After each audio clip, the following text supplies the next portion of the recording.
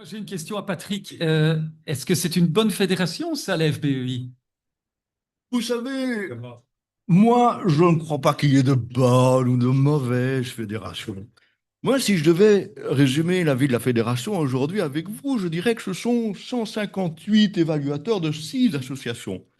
Et finalement, quand beaucoup de gens aujourd'hui me disent: «Mais pourquoi es-tu membre de cette fédération?» Eh bien, je leur réponds très simplement, je leur dis que c'est ce goût de l'expertise, ce goût donc qui m'a poussé aujourd'hui à être présent pour défendre la profession, mais demain, peut-être, qui sait, contribuer à faire de l'expert un meilleur évaluateur, à faire le don, le don de soi. Désolé, président, si je fais l'idiot, mais d'après ma femme, c'est ce que je fais le mieux. Bon, je pensais que c'était autre chose. Enfin, voilà. Je suis ici pour vous parler de la Fédération belge des évaluateurs immobiliers, de Belgische Federatie van Vastgoedschatters, qui existe déjà depuis 5 ans maintenant, et pour un peu vous relater les choses qui ont été faites lors de cette dernière année. Euh, il y a moyen de simplement prendre le petit document qui doit être Dans le document. dans le document. Ici? À gauche. Document. Document, voilà. On va y arriver, hein.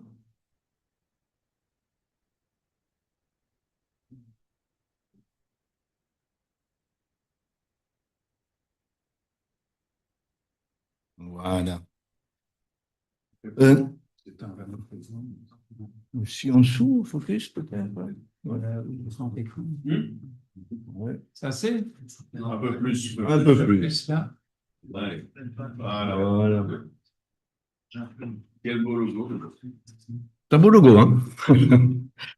Pas aussi beau que celui de Louis-Jacques. Alors en fait, lors de cette dernière année, l'ABEX a quitté la fédération.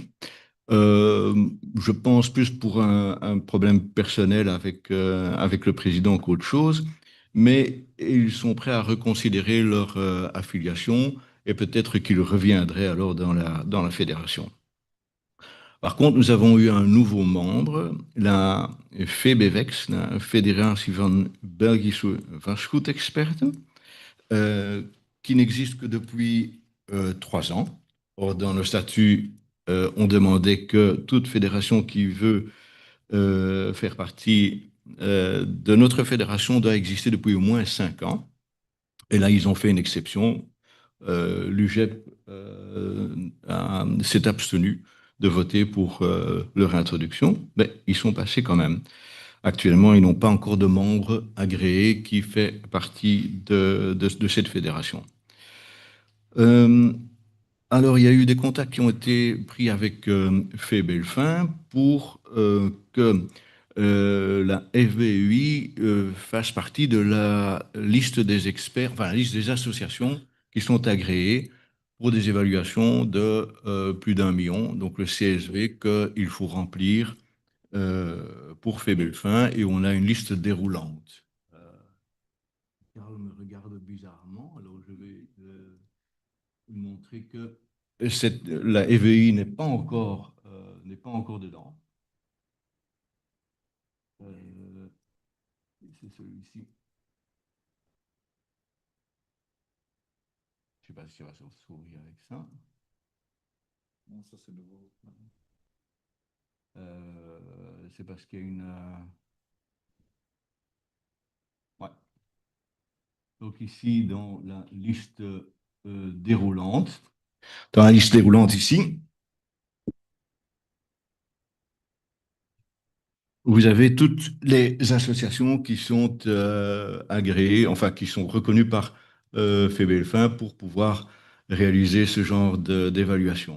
Et donc vous avez l'UGEP, vous avez Belgaval, Cibex, Vlabel, Géomètre FOD, et au-dessus, vous avez encore RIX, Cavex, Tegova. Et donc, par la suite, il y aura encore là, dans cette liste déroulante, la FBEI. Pourquoi? Parce que il est demandé à chaque association de pouvoir vérifier que les experts qui figurent sur cette liste soient bien habilités pour les spécialités pour lesquelles ils se sont inscrits. Alors, oui, la FEI pousse à ce que les experts soient Tegova, mais regrette que ce soit si cher. Voilà, c'est ce que j'entends évidemment lors des réunions. Et apparemment, la CAVEX, qui est aussi AMA actuellement, demande un prix bien inférieur et se demande pourquoi l'UGEP demande autant. Je vais leur expliquer le coût de l'histoire, mais voilà, bien sûr. Oui, oui. Exactement. Ah oui, oui. Enfin, ça existe, ce sont des remarques que moi j'entends lors de réunions, hein. Il y a eu des contacts qui ont été pris aussi avec la Compagnie nationale des experts immobiliers en France, qui est d'accord à ce qu'on adhère à la charte des évaluateurs, qui est un peu c'est un peu Tegova, mais en simplifié, sans les deux méthodes d'évaluation. Mais c'est un petit peu ça, où on donne les définitions des valeurs et le code de mesurage. Euh, alors, nous avons établi un canevas également des éléments qui doivent figurer dans un rapport d'évaluation en fonction du type de bien et du type d'évaluation également pour banque, pour d'autres fonctions. Évidemment, on ne met pas la même chose pour un appartement que pour une propriété industrielle. Euh, Il a été décidé également qu'il soit possible que la fédération vérifie chaque année un nombre de membres, limité bien sûr, de chaque association, pour simplement les rencontrer et voir si les rapports sont établis suivant cette charte ou suivant une certaine qualité. Ce ne sera évidemment pas pour punir les gens, mais ce sera dans un but d'échange positif. Voilà, moi j'ai peu de crainte qu'il y ait beaucoup de problèmes avec les membres de l'UGEP. Ah, oui, exactement. Alors, je ne connais pas Windows, moi, mais j'imagine que. Tu cliques sur en dessous. Ah, là, voilà. OK.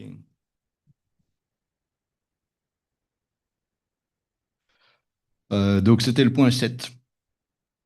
Alors, on a eu également, comme je m'occupe de la boîte mail, on a reçu une plainte d'un propriétaire qui a reçu deux rapports d'évaluation de deux bureaux différents qui ont été envoyés par la banque.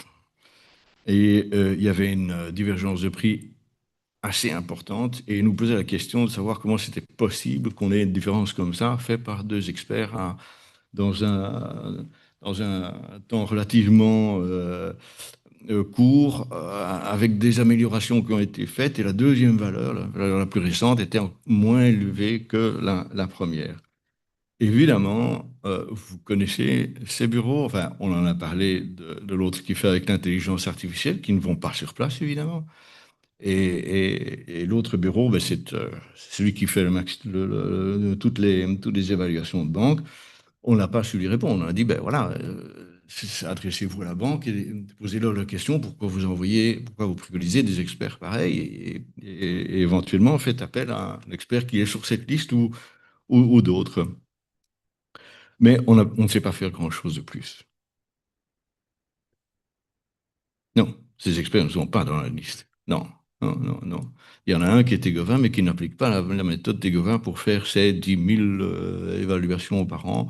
Rockestate qui fait des évaluations de leur bureau en examinant simplement les métadonnées qu'il y a, ou ce n'est pas les métadonnées, mais les données qui sont sur Internet. Donc évidemment, si le bien est en très mauvais état ou tout à fait rénové, ils vont arriver sans doute à la même valeur, j'imagine. Je ne sais pas comment ils font, mais voilà. C'était 350 000 euros et il y avait une différence de 75 000. C'est pas rien. Et bon, je me mets à la place de ce propriétaire. Il se demande comment c'est possible. Et puis il voit la Fédération belge des évaluateurs immobiliers. Il s'adresse à eux en disant, bah oui, eux vont peut-être nous donner une explication, mais voilà, c'est simplement la manière dont ces évaluations sont faites. Alors, comme je gérais donc, comme je gère la boîte mail, je reçois des réponses assez fréquentes de gens qui disent, ben voilà, est-ce que vous pouvez me conseiller quelqu'un qui peut faire tel type d'évaluation dans telle région?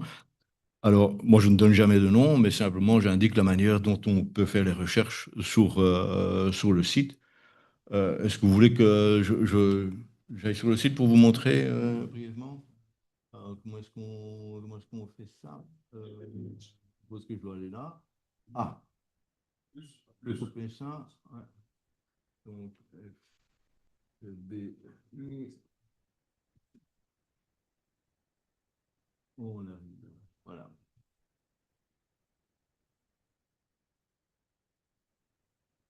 Donc, c'est très simple sur la page d'accueil. On est en français ou néerlandais.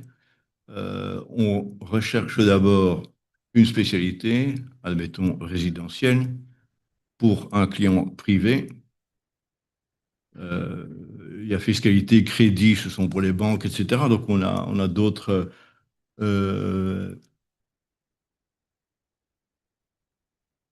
activités qui sont possibles. Et puis le secteur géographique. Si on prend par exemple Bruxelles, eh bien, on va trouver 66 résultats qui sont qui apparaissent de manière aléatoire. Et donc, on voit ici, évidemment, aléatoire, voilà, évidemment. Bon, je pense que ce ne sont pas des inconnus, ceux-là, mais bon, je pense, voilà. Euh, c'est tout à fait aléatoire. Je peux recommencer. Voilà, c'est un. Voilà. Ah, bah, on va recommencer, on y va. Ouais, ouais. Donc, on va voir, est-ce qu'il a. Voilà. Voilà.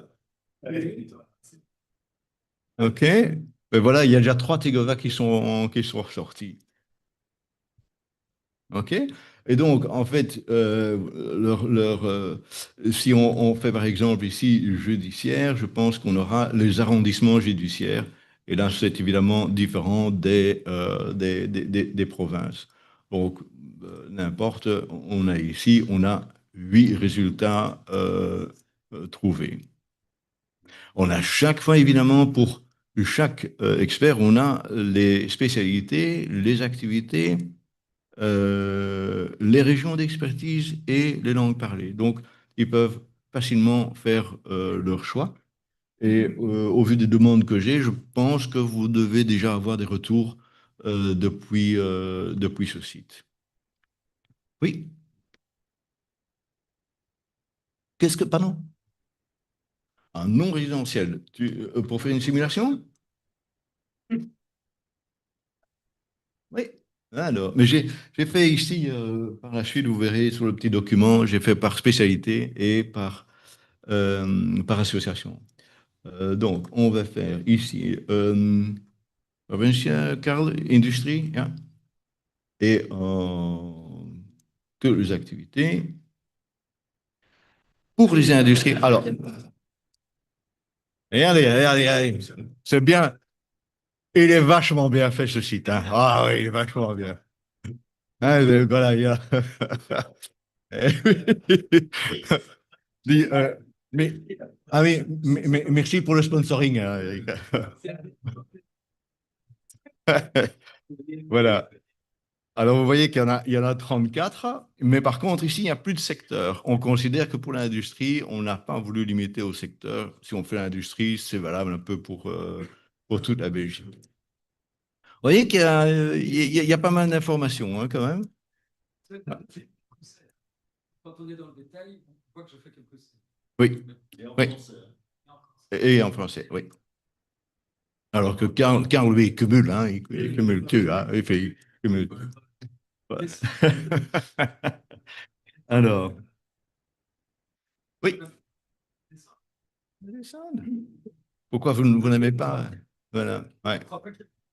Alors regardez, vous avez chaque fois, voilà, il y a un CAVEX, un CIBEX, un CAVEX, un UGEP, UGEP CAVEX. Et vous verrez que voilà, il y a toute une.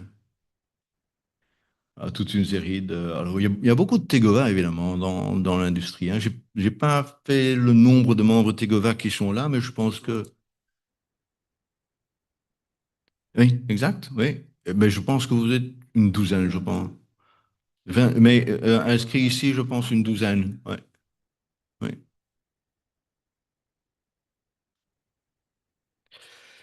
Et alors, on prévoit de faire un congrès en début d'année prochaine pour expliquer la charte de qualité, surtout aux nouveaux membres, avec toutes les définitions, la manière de calculer les surfaces, les différentes surfaces, etc., et ce qui doit apparaître dans les rapports d'évaluation. J'ai fait un petit... La charte est connue, elle a été faite pas par l'UGEP, malheureusement. Non, non, pas encore. C'est un peu le problème de la FBEI, c'est que c'est relativement lent. Alors, actuellement, donc, il y a 158 membres qui sont répartis de la manière suivante. Les agro-experts, donc qui s'occupent quasiment que d'évaluation de biens agricoles. La CIBEX, ils sont 67, CAVEX 43, NCDAB 1, l'UGEP 31 et la FEBEVEX pas encore, puisqu'ils doivent accréditer avant qu'ils ne puissent rentrer. Donc sur les 158, l'UGEP est avec 31 membres. Ça représente donc 16%, 20% plutôt, 20% des membres. On est relativement bien représenté, mais surtout ce qui est assez intéressant, c'est que dans les spécialités, il y a 143 évaluateurs en résidentiel, dont 31 l'UGEP. Et quand on voit dans les différentes spécialités, on voit que l'UGEP est quand même présent dans 99 spécialités, soit 36%. Donc, on a constaté que les membres de l'UGEP se sont inscrits dans plusieurs catégories. Et ça se traduit de cette manière-là. Intéressant. 31 en budget qui sont à la fois Delphine, donc ça veut dire qu'il y en a au moins 31 qui font d'évaluation régulièrement. Oui. Au moins. Oui. Oui, ça répondait un petit peu à la question de tout à l'heure de voir, évidemment, dans le principe, 31 devraient être membres de la BDPC. Je pense que ce serait, ouais, ce serait un minimum, mais voilà, on ne peut pas.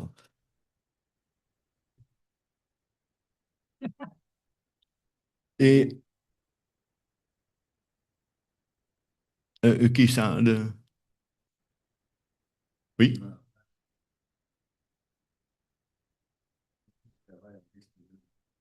c'est possible. C'est possible. Ben, dans la CMI, on a des points de comparaison en dehors de Bruxelles aussi. Pas très loin, évidemment, mais en tout cas, dans les Brabants, euh, oui.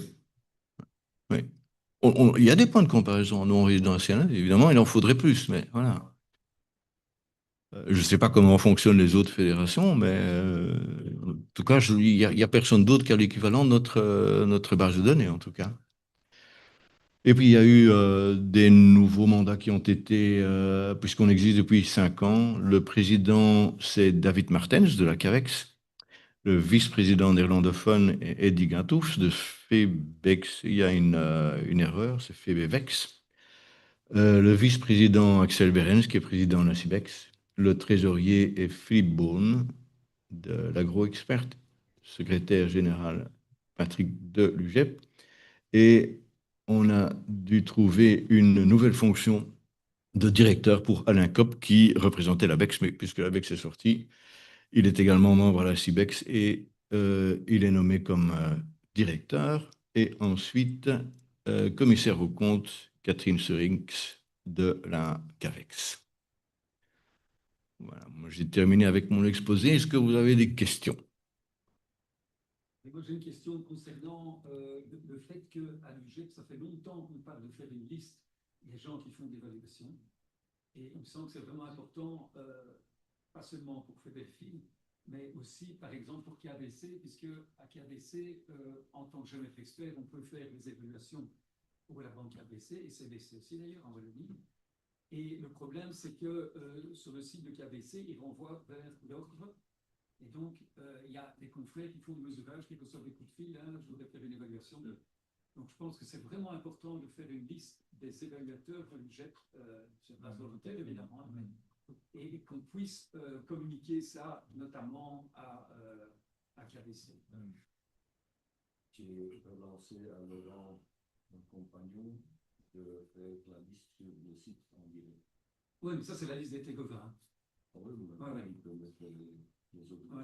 Ah oui, c'est sûr. Ouais. Moi, je voulais aborder un point un peu polémique, puisque certains de nos membres se sont plaints du fait que la RBEI n'avançait pas. Alors, pour une remarque générale, c'est que dans toute société humaine, il faut quand même minimum 5 ans pour que ça commence à fonctionner sérieusement. Donc, je pense qu'il faut que nous soyons encore patients. Et donc, je pense que le simple fait qu'ils ont décidé maintenant d'organiser un colloque est évidemment un très, très bon signe. Donc, je crois qu'ils sont maintenant en ordre de marche. Ils ont corrigé le site suivant notre demande, puisque à l'origine, tous les noms apparaissaient par ordre alphabétique, ce qui évidemment n'allait pas. Et tantôt, on a eu la preuve qu'effectivement, c'était aléatoire. Donc, j'ai l'impression que ça va tout à fait dans un bon sens. Il y a encore des problèmes au niveau de la trésorerie, c'est-à-dire des cotisations. Mais ça, c'est quelque chose que nous sommes en train d'essayer de régler de manière à ce que personne ne se sente floué sur effectivement le peu de travail qui avait été fait ces dernières années, en tout cas de manière apparente, mais qui va se régulariser certainement au cours de l'année 2026. Donc, je demande pour la FBEI une certaine patience, en étant bien persuadé que c'est quelque chose, c'est un outil pour nous également, qui sera très important, notamment pour qu'on puisse garantir notre présence encore auprès des banques. Hein, donc, voilà. Et pour revenir sur ta question, Eric, effectivement, moi je crois que à l'UGEP, on n'était pas très favorable à avoir des spécialités. Donc évidemment, on peut rebasculer sur le site ici. Tous les évaluateurs de l'UGEP ne sont pas sous la fédération, mais au moins la banque peut se dire que voilà, s'il fait appel à un expert qui est sur cette liste, en principe, c'est qu'il réalise des évaluations. Vous voyez un mail à tout moment en disant est-ce qu'il y a parmi vous des gens qui ne sont pas membres de la FBEI qui font des évaluations et qui seraient ajoutés sur ce tableau. Je pense qu'on va Absolument. interroger. Absolument. Bon, Oui. ils veulent être membres de la FBI l'année prochaine ou pas? Oui, enfin, bon, excuse-moi, mais Ouais. ok, on va devoir interroger effectivement, mais je pense que c'est pour ça que je faisais appel à la patience un petit peu. Donc, évidemment, il y aura une polémique sur la cotisation. C'est ça que je voulais suggérer petit à petit, mais sans véritablement en parler de manière précise. Effectivement, donc, on va recevoir bientôt la facture pour 2025 et donc, on va mettre tout notre poids dans la balance pour que cette cotisation soit reportée à 2026. Donc, je pense que les gens, les confrères qui ont voulu, qui veulent effectivement dire, OK, non, on se retire parce qu'on ne voit rien venir. C'est pour ça que je parlais de patience un petit peu. Et donc, la question de la cotisation, on va essayer de la régler. Donc, ce sera un problème à résoudre par notamment notre conseil d'administration. Et donc, je demande encore une fois un peu de patience pour cette nouvelle société. Encore un tout dernier mot peut-être qui va dans ton sens aussi, Eric, c'est que d'autres associations font ils appellent ça un screening, c'est-à-dire que pour être agréé dans telle et telle catégorie, de spécialité en tout cas, ils doivent prouver qu'ils font autant d'évaluations par an, ils doivent arriver avec 2 rapports, ils sont interrogés par une commission, la CAVEX le fait et la CIBEX le fait, et la FEBEVEX est en train de le faire. Nous ne le faisons pas, mais à partir du moment où ce sont des confrères qui sont quand même connus, on va, voilà, ils font partie de la CMI, et donc évidemment, ça c'est oui, ça c'est le nec le plus ultra. Oui. Ils sont d'accord de le reconnaître que c'est le nec le plus ultra, mais voilà, ils disent oh, ça coûte beaucoup trop cher. Bon, oui. Ouais. Oui, pour un membre, oui, mais pour un membre extérieur, alors on va prendre le risque qu'ils se disent, mais si on veut être Tégovin, on va se faire membre chez Belgaval ou à la CAVEX. Et ça va coûter beaucoup moins cher. Ça, c'est quelque chose qu'on peut discuter là. Et il faut surtout discuter la manière dont l'examen est passé chez Tegova. Voilà, il y a des personnes de la CAVEX qui sont... Poser la question. Voilà, mais...